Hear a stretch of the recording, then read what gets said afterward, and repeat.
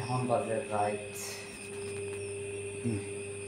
12টা 15, আর আমি এখন পর্যন্ত মানে সজাগ। শুধুমাত্র আজকে আমার ফার্স্ট মানে ইনকিউবেটরের দিন ফুটে তো তো মানে এখন দেখা যায় না, গ্লাসটাই হয়ে গেছে, জাস্ট হয়ে গেছে, আর ভিতরে একটু দেখা যাক।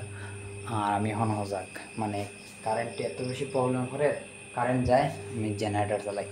তো জেনারেটার চলতে চলতে অলরেডি জেনারেটার রেস্ট হয়ে গেছে এটা, তারপরে কারেন্ট আইছে। এখন আল্লাহ রক্ষা করছেন যে এখন কারেন্ট আইছে, আর যখন কারেন্ট আইছে এখন জেনারেটার এখন স্টার্ট হয় ঠিক আছে, বাট আমি জেনারেটারের বিষয়ে তেমন একটা জানি না।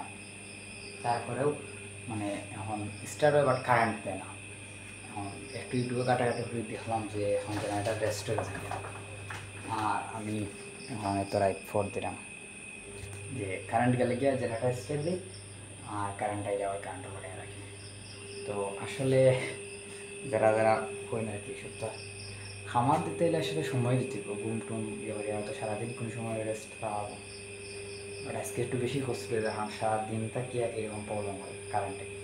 তো আমরা কারেন্টের সারাটা দিন আসছিল হাফ লাইন, মানে এটাকে মানে কোনো কিছু চলে না, বাল্ব এটাও চলে না, আর ইনকিউবেটর তো চলা অনেক দূরের কথা।